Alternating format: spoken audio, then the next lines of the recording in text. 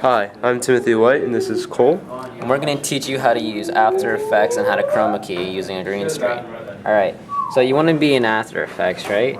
So what you want to do is you want to go to File, Import, File, and then you want to find the file you want to import. I'm just going to use this one as an example.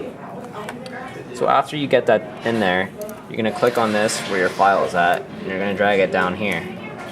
See, there's your thing. Next, you want to go to Effect,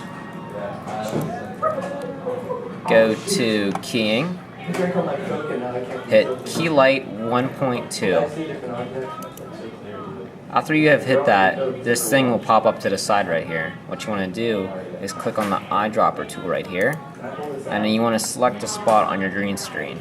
And we're just going to pick this spot right here. Notice how it took out the green screen. And we can add any object we want behind the subject now.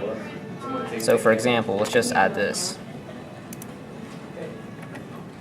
Oh, I'll just use one of these. We'll have to make the duration longer. So we have everything up to here. Some of it will need to be We're gonna find out what.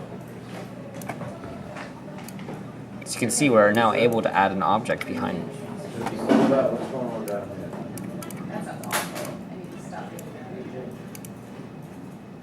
All this.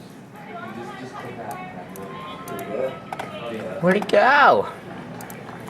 We're experiencing some technical difficulties. Please stand by with us.